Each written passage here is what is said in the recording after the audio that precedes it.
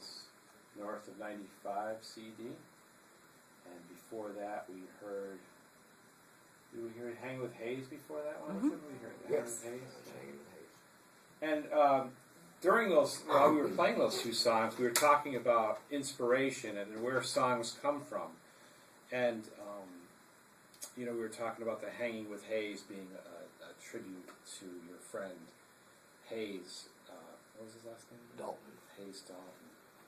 And how, when you play the song, sometimes you can feel either his presence or something. Your wife was saying how she could get goosebumps when you played it at a show the other night, and you can feel that. You can feel that because it comes from something real, even though people might think, well, that's silly. It's a ghost story. Or Yeah, something, you know.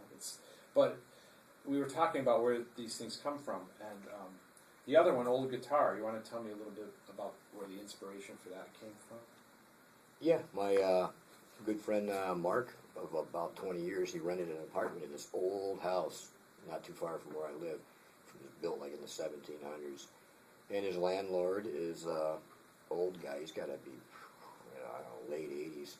He's lived there his whole life. And it was a one-family house in the days. Now it's just apartments.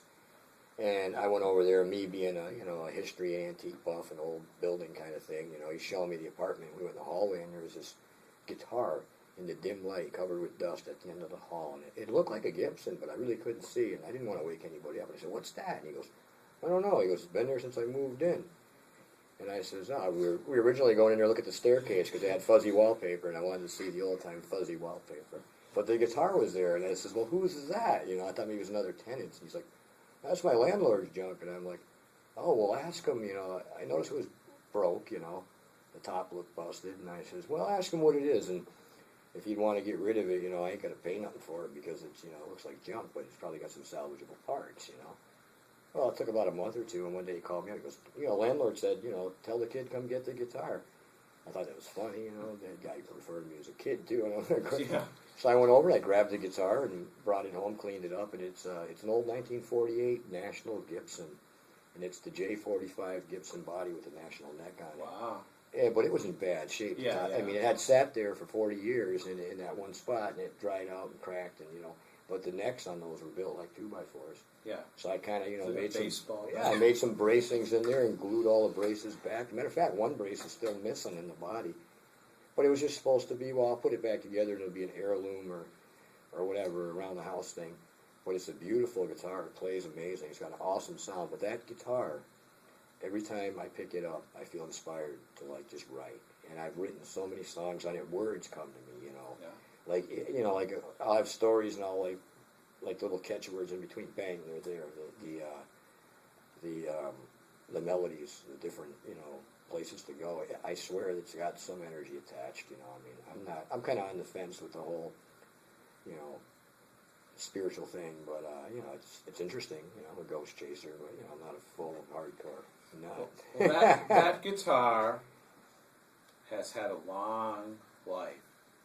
And it's had a long life just sitting there watching or absorbing everything that's going on around it for years and years. Oh, yeah. And it's all scalloped out down in the cowboy cord areas. Yeah. The frets are worn. And so somebody played it a lot. well, it turns out when I got it together, I went over to thank the old man, and I brought the guitar over and played him one of my songs on it, and he couldn't believe it. He said, "Oh, my God, I never thought I'd play again, And then he gave me the history on it, and that was even more amazing. It's actually been all over the place. It was given to him as a gift. So there you go. It's been all and it over played the country place. music, too. So. And it played country music.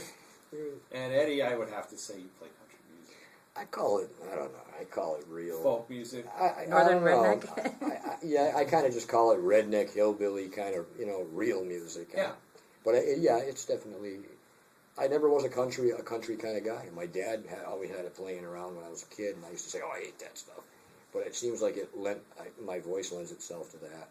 It does. And I'm getting older, and I found that there's really not that big of there's a really fine line between, a lot of musics and country, because country stems right off of the earliest blues and everything else. Yeah, absolutely. So, it's folk music, it's country music, it's the music of the people, it's regular music, I don't know what you can call it anything you want. Yeah, I mean, I people ask me, well, what does it sound like? I'm like, well, they tell me country, and it kind of sounds like that, but what would I call it? I just call it my music, my songs. You know.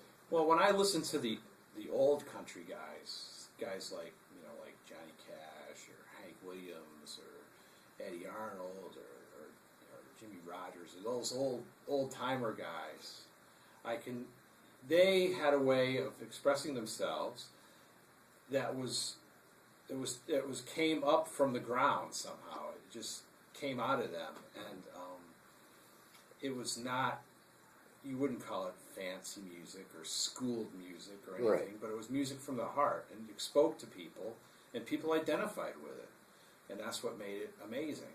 That's what makes it amazing. I sometimes wonder myself if that ain't what I'm capturing onto without even knowing it, because I heard it. It was around. My daddy was a truck driver for 30 years, and he always had I mean, I've got all his records pretty much, all his old LPs, and I play them. I've got Red Savoy, and I've got George Jones and all those, Ernest Tubb. And, it was funny when I started listening to those. Again, it was kind of funny to realize, wow, my God, how much stuff did really creep into my music without even knowing it. Now, as a kid, and you maybe feel the same way. I didn't care for that kind of music, or it didn't really sink in. Or I don't know. I did like a lot of different kinds of music as a kid, but I don't remember that being a big thing for me. Except I used to like to watch the Johnny Cash show on TV. Oh yeah, Johnny was always insane, and the other guy there too. Who's that other guy there? Oh, I can't even think of his name. He's super famous. Another country guy? Oh yeah, you know who I'm talking about, Mr. God. Oh, wow. Yeah, he was on. I'm trying to blank. We're going to think of it at 2 this morning, and we're going to go, that's who it was. But anyway, I grew up on, on rock music, punk music. Oh, yeah, I was a drummer, so, I mean, to me, to hear, boom, chick, boom, didn't really do it for me. I wanted to hear Neil Peart going across the kit. Yeah. So. Yeah. It's kind of, I think that's why you wanted to hear, like, John Bonham or Keith Oh, Moon God, or somebody like that. It's like somebody who playing the nuts out of the drum or something. And for as simple as the songs I write, I've had like other people tell me it's not really that simple, because you can't, we'd have to be you to pull it off the way you do it. So maybe that's some of that creeped in as well. I mean, maybe the rock. I mean, I don't go by traditional writing. No. I just write. I miss. I don't care if it rhymes or it doesn't rhyme. I'm telling a story and I'm trying to make it all work. Well, as someone who's played music for a long time, I really believe, and who's written a lot of poetry and done a lot of writing and stuff, I believe that you find your own voice, and once you find your own voice, you're using that voice, you're using your own self, you've developed your own thing. Yep. Nobody can take that away from you. Yep, and that's the biggest, that was my biggest hurdle to cross, because when I first started writing songs, I was trying to sing like everybody else that I thought sounded good or how I thought I should sing. And my wife got all over me and said, "Why don't you use your voice? It sounds beautiful." And I didn't like it. I still tell him. I still say, "Find your voice" when he's writing a new song. Find your voice. But when I did and I accepted it, is when I embraced writing. Well, Eddie, if you want to play one more live song, we got time for one more. You know what? I think I am going to do one more song if I got time. I'm going to do a song called Bourbon Street. Bourbon Street.